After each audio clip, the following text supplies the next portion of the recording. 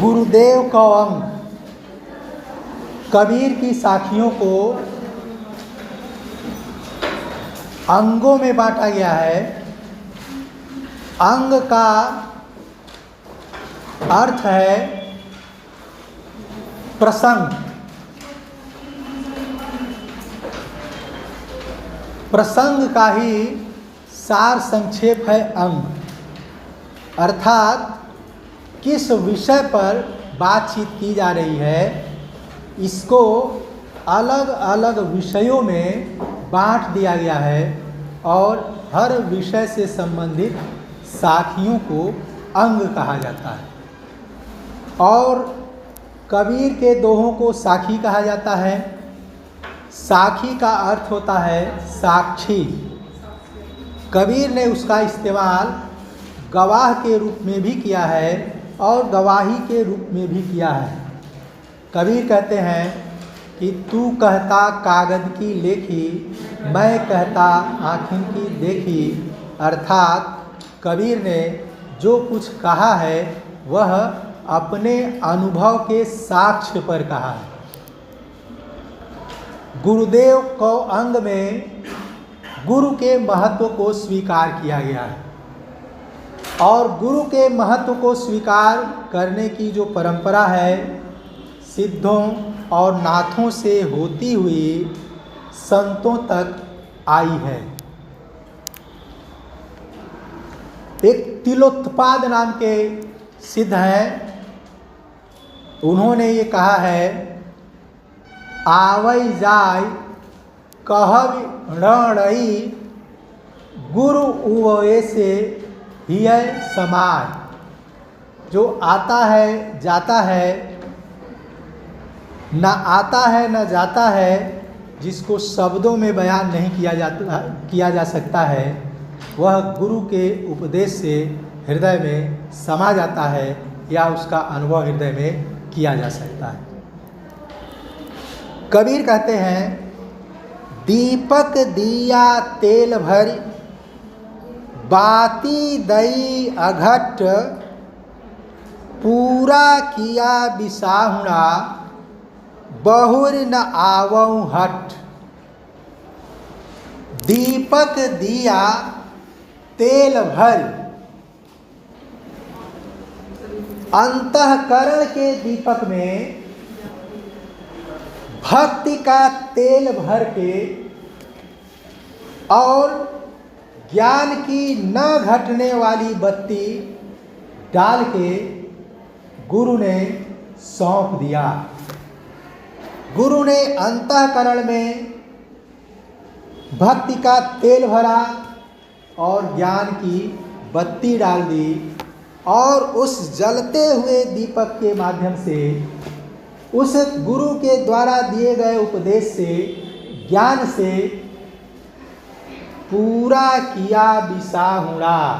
मैंने बिसाहुणा सांसारिक व्यापार को पूरा किया, सांसारिक देन लेन को पूरा किया, सांसारिक कर्तव्यों को पूरा किया और इस तरह से पूरा किया कि बहुरी न आवऊं हट, कि फिर से मुझे संसार रूपी इस बाजार में आना न पड़े।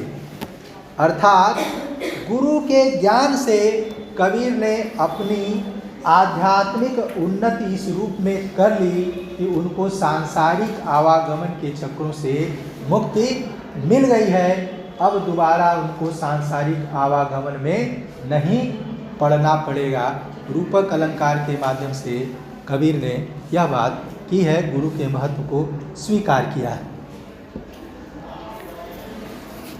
ज्ञान प्रकाश्या गुरु मिल्या, सो जिनि बिसरि जाय, जब गोविंद कृपा करी, तब गुर मिलिया आय। ज्ञान प्रकाश्या गुरु मिल्या, गुरु के मिलने से क्या होता है? कबीर कहते हैं कि ज्ञान प्रकाश्या, ज्ञान प्रकाशित हो जाता है। जब गुरु मिलता है तो ज्ञान की प्राप्ति होती है। सो जिन बिसरि जाय, जिस गुरु के मिलने से ज्ञान की प्राप्ति होती है वह गुरु भूले न। इसका दूसरा अर्थ यह हो सकता है कि गुरु के मिलने से जिस ज्ञान की प्राप्ति हुई है उस ज्ञान को हम भूल न जाएं। कहीं जब गोविंद कृपा करी तब गुर मिलिया आय, क्योंकि गुरु का मिलना सहज नहीं है। जब गोविंद की कृपा होती है, जब ईश्वर की कृपा होती है, तभी सद्गुरु की प्राप्ति होती है।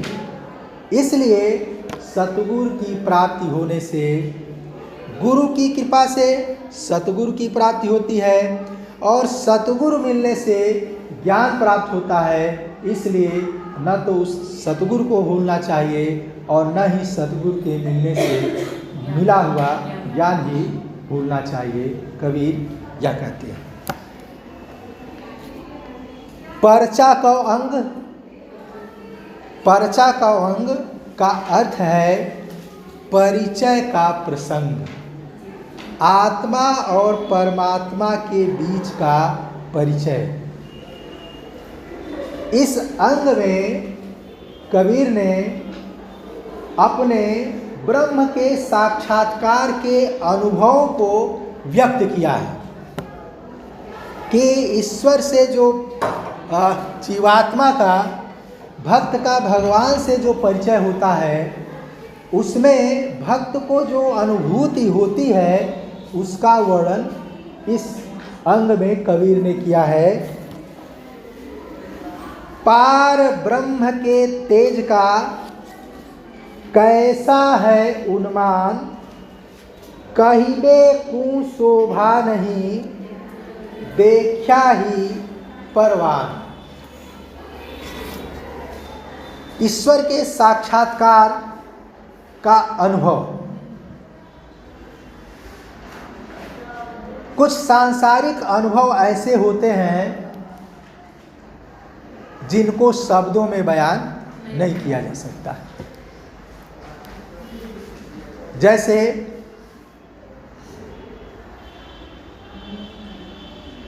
सबने मिठाइयाँ खाई होंगी।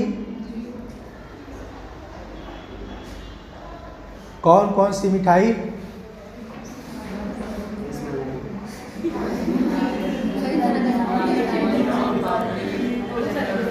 जिसने जो मिठाई खाई हो, रसमलाई, गुलाब जामुन, सोन पापड़ी, लड्डू भी खाया होगा। लड्डू तो सबने खाया होगा, लड्डू सबने खाया होगा। पेड़ा भी सबने खाया होगा, लड्डू पेड़ा सबने खाया होगा। शायद ऐसा कोई नहीं होगा जो ना खाया हो। जलेबियाँ भी सबने खाई होंगी। लड्डू मीठा होता है, जलेबी मीठी होती है, पेड़ा भी मीठा होता है, तीनों मीठा होता है।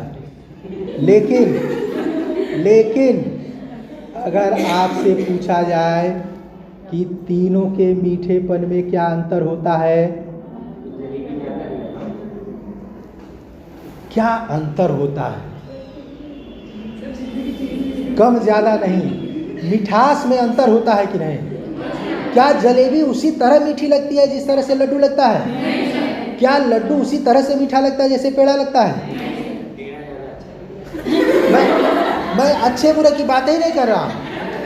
मैं केवल ये कह रहा हूँ कि पेड़े के मिठास में, लड्डू के मिठास में, जलेबी के मिठास में अंतर होता है। यह हमारा सांसारिक अनुभव है, लेकिन मिठास के उस अंतर को हम व्यक्त नहीं कर सकते। हम केवल यह कह सकते हैं कि जलेबी जैसी मीठी लगती है वैसा लड्डू नहीं लगता है। हम ये कह सकते हैं कि जैसा लड्डू लगता है वैसे पेड़ा नहीं लगता है।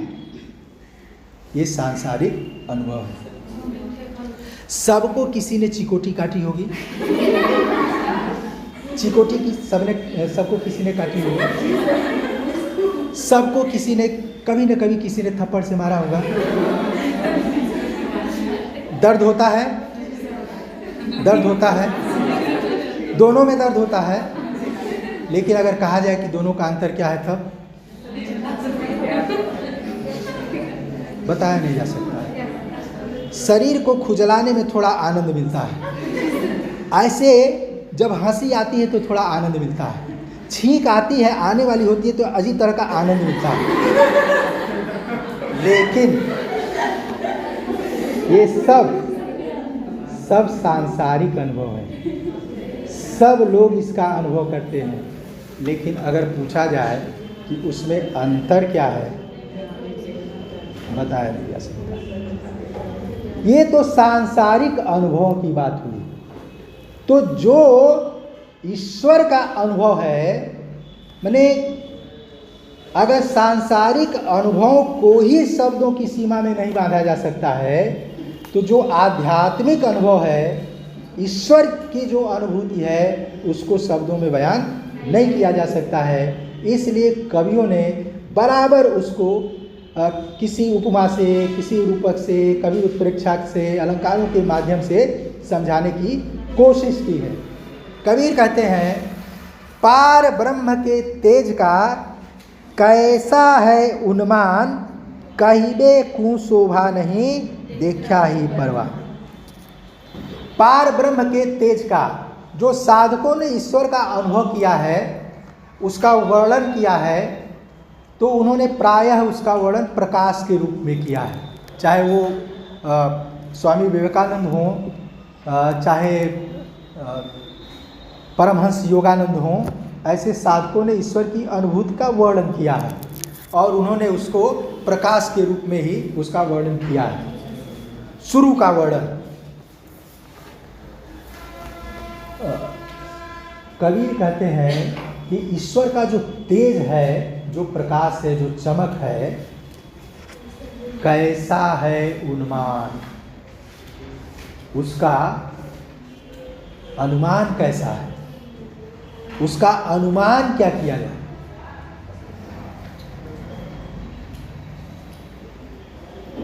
कहिबे कु शोभा नहीं, वह सौंदर्य, वह शोभा, वह प्रकाश, वह आभा, चमक कहिबे कु नहीं, कहने में नहीं आ सकती। उसका वर्णन शब्दों में नहीं किया जा सकता है। देखा ही परवान, देख करके ही उसको अनुभव किया जा सकता है। उसका प्रमाण उसको देख करके ही मिल सकता है, शब्दों में उसको नहीं व्यक्त किया जा सकता है।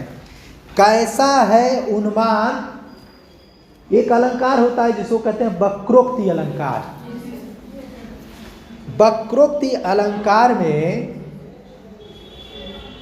शब्द का जो बात कही जा रही है, उसका कुछ अलग अर्थ निकाला जाता है। वो अर्थ श्लेष के माध्यम से भी होता है कि वक्ता जो कह रहा है, श्रोता श्लेष से उसका दूसरा अर्थ निकाल सकता है।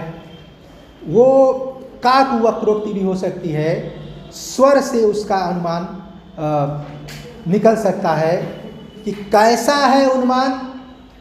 जब ये कहा जा रहा है तो उसका अर्थ ये निकलता है कि उसका अनुमान नहीं लगाया जा सकता। कहिबे कु शोभा नहीं, देखा ही परवान, उसको शब्दों में व्यक्त नहीं किया जा सकता है, उसका प्रमाण उसको देख करके ही मिल सकता है।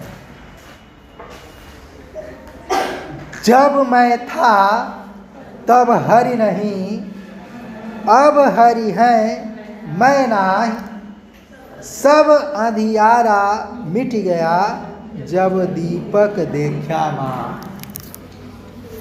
जब मैं था,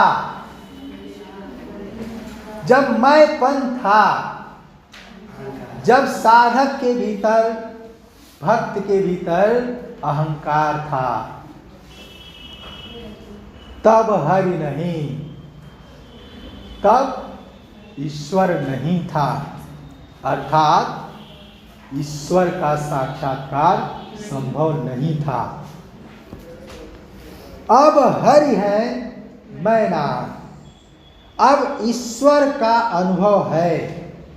ईश्वर का साक्षात्कार जब हमको हो गया है, तब मैं नान, तब अहंकार नहीं है।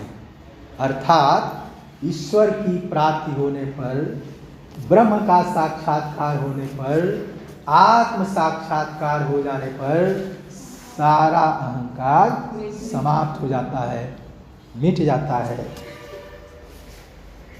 कबीर की एक साखी पड़ी होगी, कभी ना यह घर प्रेम का, खाला का घर ना, शीश उतारे हाथ कर सो बैठे घर माए। यहाँ शीश उतारे हाथ कर का मतलब होगा शीश उतार करके हाथ में देना, अर्थात अहंकार को समाप्त कर देना, अहंकार को मिटा देना। तो जब मैं था तब हरि नहीं, अब हरि है मैं ना। सब अंधियारा मिट गया जब दीपक देखा मान। सारा अंधियारा मिट गया, सारा अंधेरा मिट गया जब दीपक देखा मान।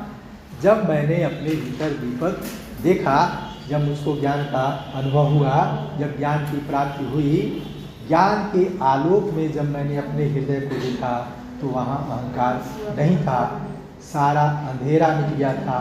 यह अहंकार का अंधेरा है, यह अज्ञान का अंधेरा है, यह सांसारिक विषय वासनाओं का अंधेरा है, यह सब दूर हो गया था। यहाँ भी रूपक अलंकार के माध्यम से कबीर ने बात की है।